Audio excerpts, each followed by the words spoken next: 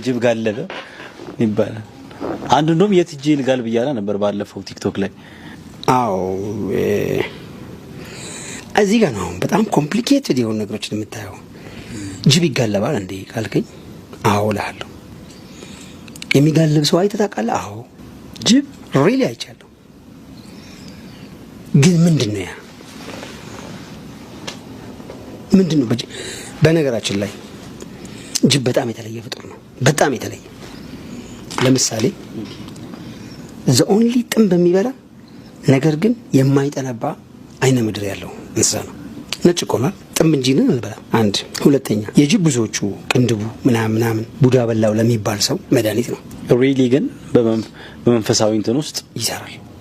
እነዚህ ስለሚጠሉት ነው አሁን ያልኩ የጅን ፓርቶች። እነዚህ አሁን ጅብ ይበላቸዋል እኮ ጅን ሸይጣኖች የመቃብር ጅኖች ናቸው። እነዚህ ከኛ ሎወር ዳይሜንሽን ላይ ያሉ ናቸው።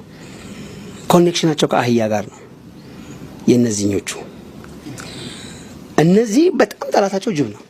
ኦኬ ሶ ከመንፈሱ ጋር ነው ማለት ነው። ከጅኑ መንፈስ ጋር ነው ጉዳዩ ያለው። ከጅብ ጋር የሚሄዱት አብሮ የሚጋልቡት ማንም አንተ እኮ ዛሬ ሂጂ ጅብ ልጋልብ ብትል አትችልም። ዘንጥሎ ነው የሚጥልህ።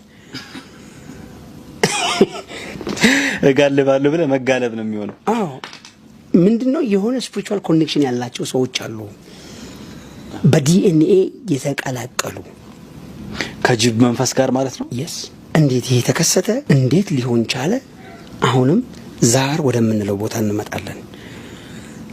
ዛር ስትል በጣም ከባባድ ነገሮች አሉ። ነው ሪሊ ልትታከም መጣችና አያቴ ከእባብ ጋር መንታ ሆኖ ነው የተወለደው አለች። አልደነገጥኩም። ዋት ሀቂቃ አብዛኛው ሰው ይደነግጥ ይሆናል። እኔ አልደነገጥኩም። ለምን አልደነገጥኩም? ሊሆን እንደሚችል ስለማምን። እንዴት ሊሆን ይችላል? እዚህ ጋር ነው እባብ ምንድነው? እባብ አንደኛው ሪል እባብ አለ ግደሉት የሚባለው። አሁን እኛ በደንብ እስልምናችን አልተነተነውም። እባብን ቤታችሁ ውስጥ ካላያችሁ ግደሉት አይልም ሐዲሱ።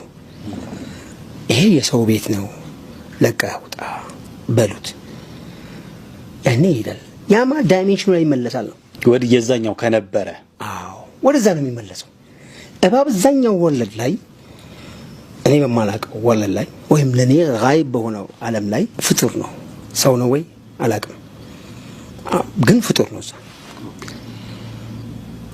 ልክ ቅድሟን ጃርት እንዳልኩ ነው። ጃርታ እኮ እዛ ፍጡር ናት። እዚህ ጋር ለመምጣት ሌላ አንሳ መምጣት ሌላ ፎርም መያዝ አለባት። ገባህ መሰለኝ። እዚህ ጋር ነው እኮ ትልቁ ጥያቄ ላይሰንስ ስለሌላቸው ነው። እዚህ የመገኘት ላይሰንስ የላቸው። ሰው ሆኖ የመገኘት እዚህ ግን ሐሳባቸውን እዚህኛ ላይ